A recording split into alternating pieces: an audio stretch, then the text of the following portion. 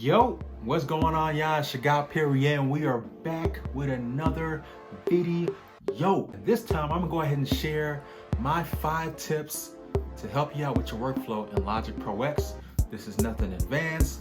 This is, straight up for beginners, really. We're all learning, right? So, real quick, not gonna hold you. So yeah, let's jump right into the video. Alright, y'all. So for tip number 1, go ahead and use an existing track. Use a track that you like in the genre that you actually produce in. Use that track, study its beat, study, the percussions, study the melody if you're going that route, and just go ahead and try to, I wouldn't say mimic it, but go ahead and try to emulate it in your Logic Pro session. Go ahead and just study the melody and see if you can actually replicate it. And then really what that does is just allows you to have a direction for the track. And in a lot of cases when I use it myself, I don't end up just mimicking the actual track. I end up creating something that sounds similar, but it becomes its own little beast at the same time. So I feel like that'll help your workflow. If you're just stuck and you're not exactly sure how to go into your session, what to produce, how it should sound, just go ahead and use a song that you like and go ahead and just emulate. All right, y'all, so workflow tip number 2. I would say go ahead and get into your Logic Pro session and customize your pointer tool. Obviously by default, Logic Pro, you have a pointer tool. You can press play, press pause, whatever, and you can actually even use the keyboard shortcuts to actually help you in your workflow. So I would say changing the pointer tool, super helpful. Me personally, I actually like to set the secondary point tool to mute my tracks. So when I get to the composing part of my actual production, I'm not kind of going back and forth trying to mute different parts of the track or the production or whatever. I can just do a command click and I can end up muting out parts of the song that I want to create. If I want to kind of have some variation in the track, I use that all the time, but you can use this for stuff. They have the erasure tool, the paint tool, or the brush tool rather. There's a lot of different tools that you can use. So if you end up knowing that you use a lot of those secondary functions or just the different pointing functions, go ahead and set that in your workflow. So you're not going back and forth and you can just kind of get it done. Along with that, I would say learning some of the shortcuts with the keyboard as well is helpful. Stuff like space, playing and pausing your track, or using Command S to save the actual track. So there's a slew of different shortcuts that you can use in Logic Pro X that'll definitely improve your workflow as far as getting to different functions quick. So definitely go ahead and dig into that. Workflow tip number 3, go ahead and save different sounds that you created. If you are in a session and you're playing around with a melody, but it doesn't really go with your current track or the production that you're going for, go ahead and just make that melody out, but then save it in your loops library. Logic Pro has a dope feature to where you can create your own loops, and you can spread them out from 8 bars to 16 bars. But if you know that sound or that melody that you're playing with doesn't really go with your current session, just save it. Logic Pro will help you save that. It'll create an 8 or 16 bar loop.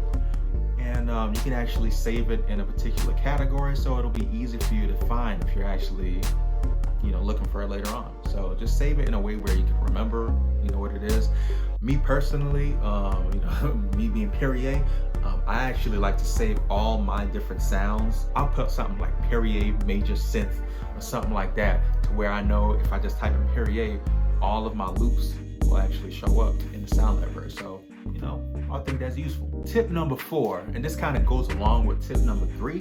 I feel like if you're not the best with creating melodies or just like a percussion or beat or whatever, go ahead and and this, some people are gonna feel a way about this because producers like you shouldn't use loops and yada yada yada. But sometimes loops are helpful, so don't believe the hype. Whatever works for you, you do you. Don't listen to everybody else that are doing XYZ.